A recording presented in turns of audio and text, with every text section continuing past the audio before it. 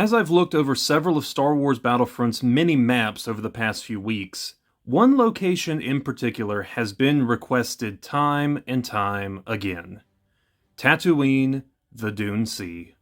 A map where you can see game philosophies that would take shape in the sequel to this one, while also highlighting exactly what separates a Battlefront 1 map from a Battlefront 2 map. It is quintessential Battlefront design. And if your comments are anything to go off of, it is a fan favorite map of many Star Wars Battlefront players. But what makes it so beloved? Why does it have the reputation it does? And is this the best Battlefront out of the 17 maps on offer? As I have done for other levels in this game, I will be taking a look at this map and trying to answer these questions. As always, I will be playing on both the original Xbox release of the game, as well as the Classic Collection version. I've given my reasons as to why those versions in previous videos. I will also be playing offline against opponents on both hard and medium difficulty. Now, I'm gonna go ahead and spoil this, but the thing that makes Dune Sea so special is that this map hosts everything this game has to offer. Being as this is the internet, I need to immediately amend that statement. When I say that, I don't mean that every single individual model and line of code is present on this map. You should have the brain capacity to understand mild hyperbole that's common in everyday conversation, but again, this is the internet. But it's really not that much of an overstatement saying everything is present here. Dune Sea is the perfect cross-section of this game, hosting all the different types of combat seen on other maps here in one place. I started this series with a very vague checklist of what I think a Battlefront map needs to be great. Those three things being an environment that makes you feel like you're in the middle of a battlefield, multiple ways to take part in said battle, and a setting that makes you feel like you're in Star Wars. Now this is only a loose guideline, but anyone who has been on this map already knows each of these points is checked off, and as we'll see later, there are aspects not represented on this list which also contribute to the success of Dune Sea. When first loading into a match, well, before anything you're going to be met with this iconic sound.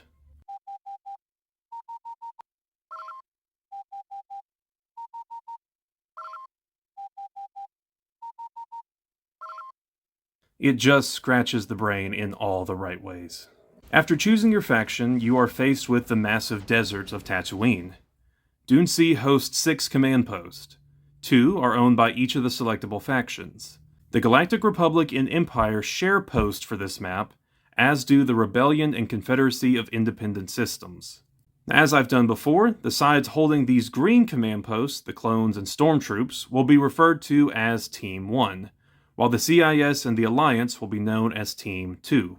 You'll already notice that there is a third team present on the sands, but we'll come back to them later on.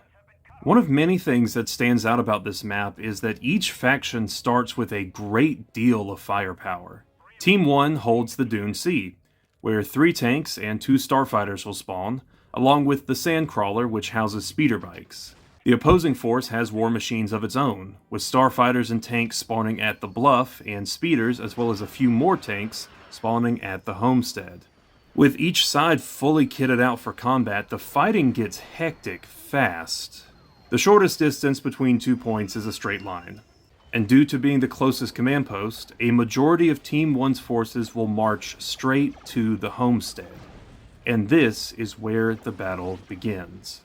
Before the Homestead is this rock formation, which makes for a natural gate.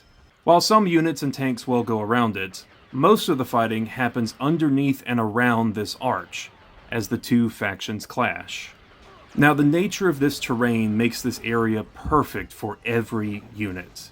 Basic infantry do well anywhere, but they can effectively engage at both long range as well as short due to the relative openness of this area.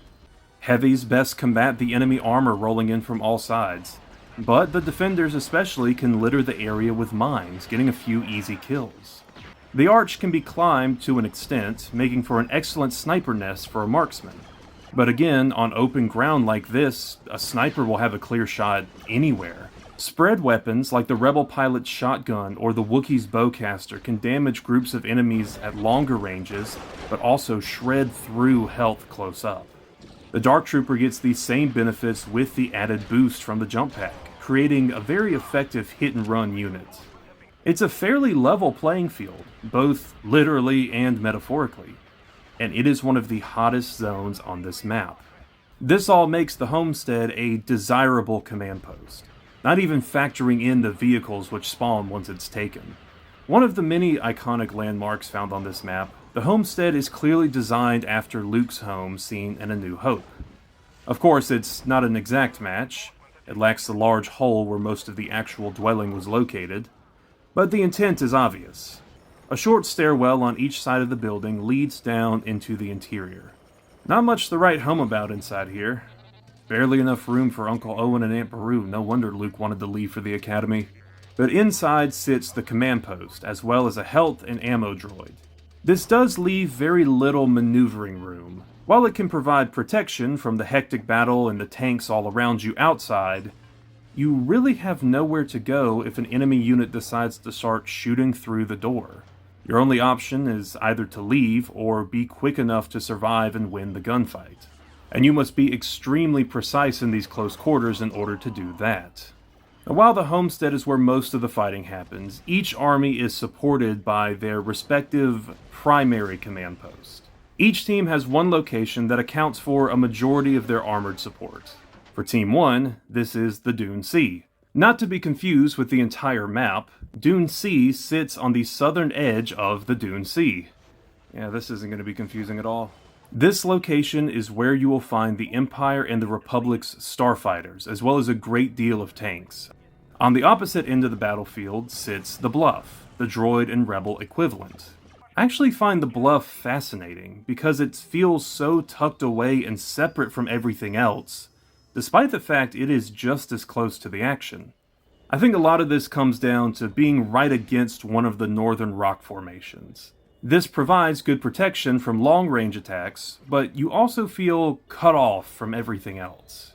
You also will most likely choose to spawn at the Homestead if you're on Team 2. At least that's what I found myself doing to more easily jump right back into the fight. The Dune Sea command post feels comparatively more open, making it a great staging ground for Team 1 as they storm the desert. A handful of small, rocky formations create cover as the army advances towards the battle, wherever it may be, at the Homestead or elsewhere. Before moving on to the other notable area of this map, there is one more command post I haven't covered. Serving as Team 1's secondary point is the Sandcrawler. Sitting with its front hatch open, Sandcrawler is where Team 1 acquires speeder bikes. But another vehicle spawns at this location. Specific to this map, much like the Cloud Car on Bespin platforms, the Sand Skiff serves as an alternative for Team 1.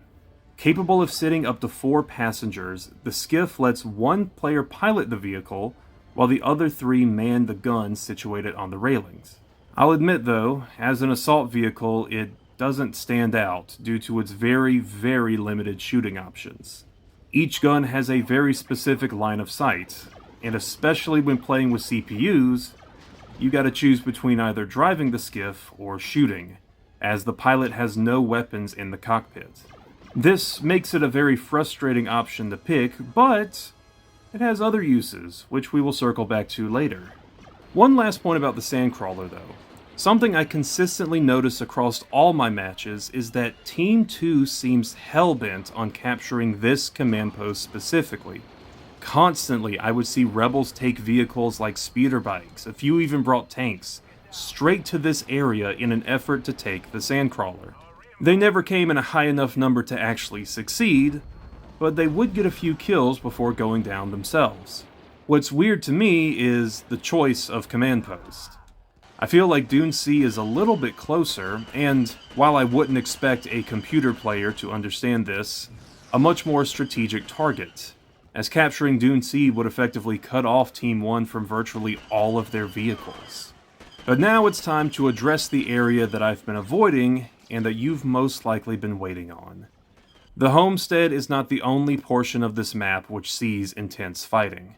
Sitting in what is basically the center of this map is an iconic Star Wars creature, and the most unique obstacle in the entire game, the Sarlac Pit.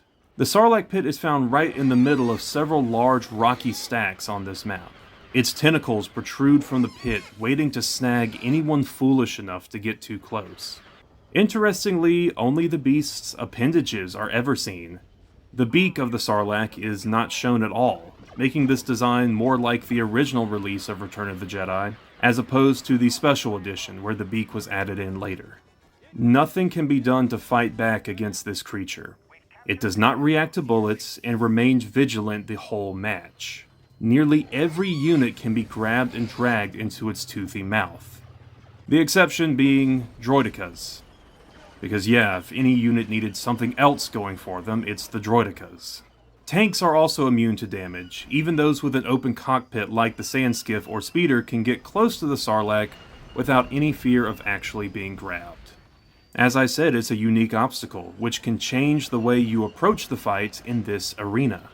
Now, nearby, safely hidden behind a barricade of boulders, sits the command post Sistern. The Sistern is named for the large water collectors seen in this area, likely where the moisture farmed at the Homestead is stored. It is protected from the tentacles of the Sarlacc, and is near 3 different paths, 2 of which lead to the Homestead, and the other to the desert near the Sandcrawler, giving each team a route to take this post. But it is not an uncontested command post. The Sistern, along with the nearby Tusken Camp command post, are owned by the 3rd faction present on this map, the Sand People. As we talked about last time with Kashyyyk, many of the maps in this game host a 3rd faction, comprised of a local iconic species. Now, the way local factions join each fight varies, most often siding with one of the other teams present. However, Tusken Raiders stand apart from every other base game faction as they operate independently, engage both teams as hostile, and are capable of capturing and spawning at their own command post. The only other 3rd faction with all these properties are the Gamorrean Guards, added as a DLC for the Xbox version of this game. But even then, the Sand People stand apart due to how close they are combat-wise to the primary factions. Tuskens come in 2 varieties. The Tusken Raider, equipped with what is essentially a standard blaster rifle, and the Tusken Hunter, who has the equivalent of a sniper rifle. Visually, there is no distinguishing the two beyond the type of bullets they shoot, but both are equally efficient killers. Starting the match with the Sistern and the Tusken Camp, these guys hold just as much ground as the other 2 armies present. Being so nearby the bluff and Homestead, Team 2 will likely engage with them first. And while the Sistern is more easily taken due to it being in the middle of the action, the camp is incredibly well defended due to being located on high ground and having several tents and tarps operating as cover. Both of these command posts offer significant strategic advantage, so it is recommended to try and take them early on. Of course, the problem is the well-equipped locals and the lack of major CPU ally support. There are 2 good strategies for taking the Tusken Camp, however. First, by using a speeder bike, you can try sneaking into the back of the camp.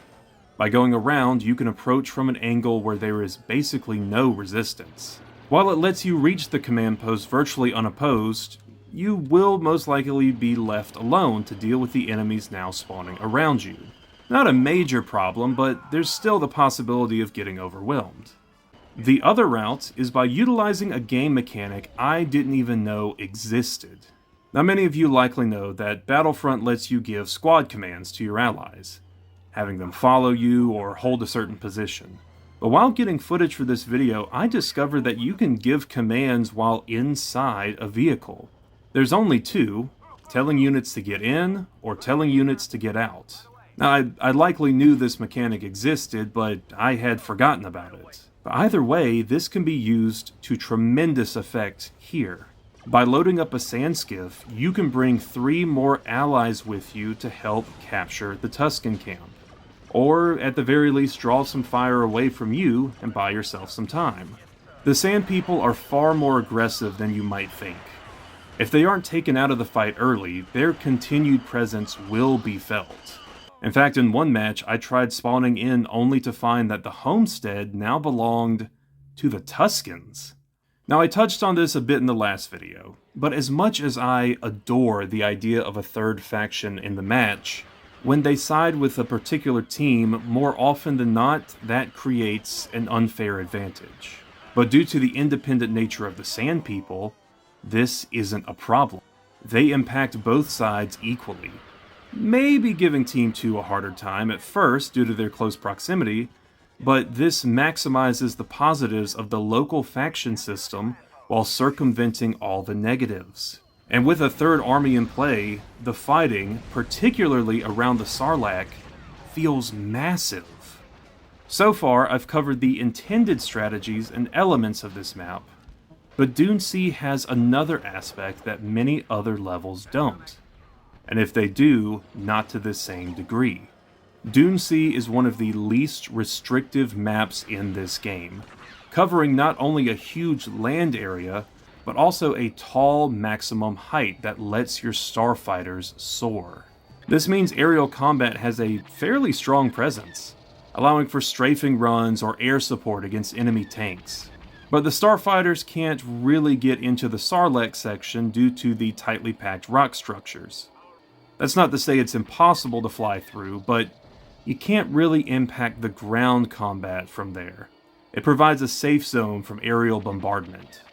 All three major aspects of gameplay, from infantry battles to vehicle usage to starfighters, all perfectly meld together to create a truly escalated war zone. Everything has its place without one part overpowering another. But all of this potential can extend beyond intended use. One of the most popular strategies for this map, and something I'm sure we've all done several times, is to take a starfighter and land on top of one of the pillars. Coming up here with a sniper rifle gives you an excellent sniping zone with great optics while you stay safely out of reach from anyone on the ground. The only downside is, well, once you're up here, you're basically stuck. Every time I landed on top of a rock, I found my ship either despawning or getting destroyed. This means in order to get down, you'll have to fall to your death. Obviously, if you have a jetpack, that isn't a problem, but jet trooper weapons aren't the most ideal for this situation. Also, be careful where exactly you land, as certain parts of certain rocks lack collision, and if you're too close to an edge, you may quickly find yourself back at the unit select screen. Still, this type of outside-the-box strategy is found all over this map. There are no shortages of places to land with your ship. Heck, you could land on top of the sandcrawler if you wanted. Other vehicles can be utilized in some unintentional ways as well. This is why, even though I have a loose criteria for what makes a great map, that is not the end-all of map design. The playground nature of Dune Sea is something few other maps have. And with nearly every type of vehicle present, this is the perfect place to experiment and come up with some really wacky strategies. At one point, I tried capturing the Dune Sea as a rebel, and while I had managed to turn the command post neutral, I was shot and killed before finishing the job.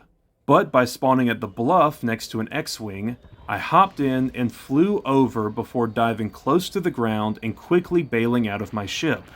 Not only did this get me back to the command post before it got recaptured, but the crashing X-Wing knocked the nearby stormtrooper to the ground, giving me a chance to establish myself and hold this point.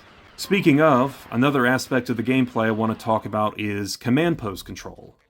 Sometimes I forget that one of the intended win conditions for Battlefront is to completely control the map. There are times in other levels of this game where I feel as though capturing a command post doesn't make a major difference, or it's incredibly hard to do so, making it really not worthwhile.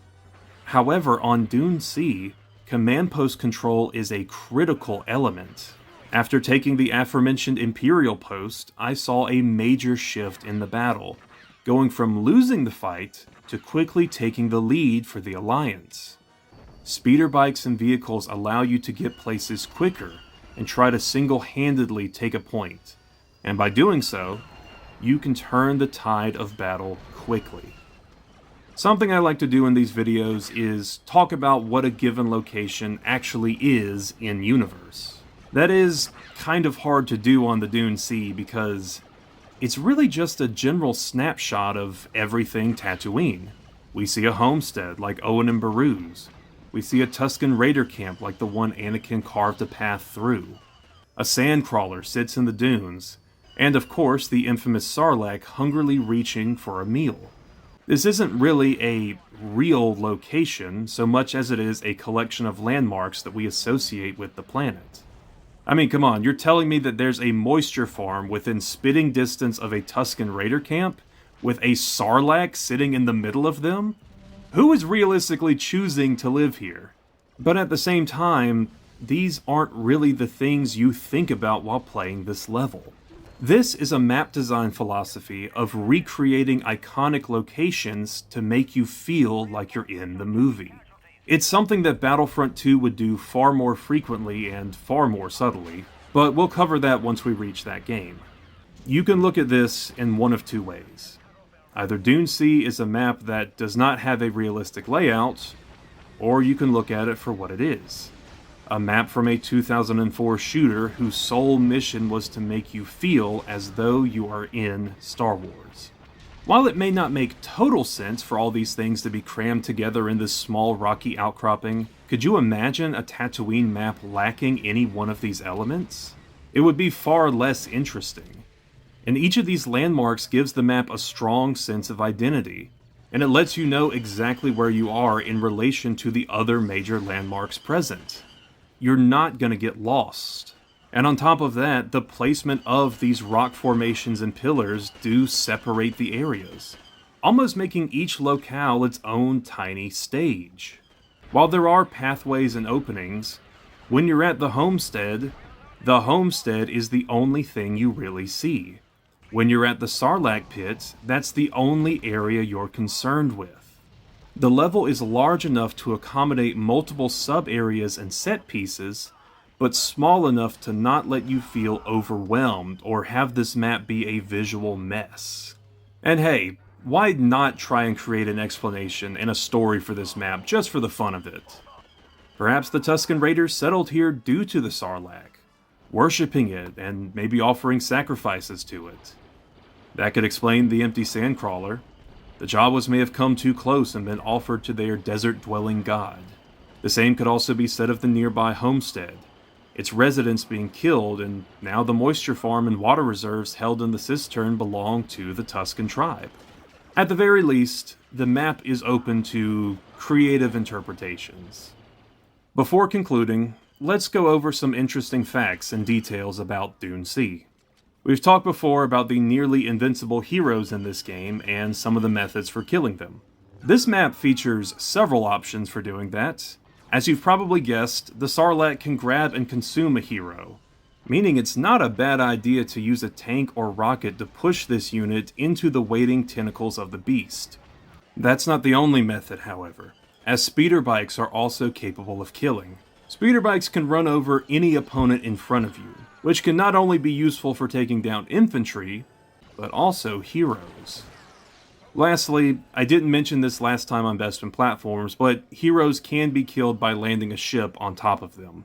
Something else that can be done here. Now speaking of speeders, each faction was actually supposed to get a unique speeder.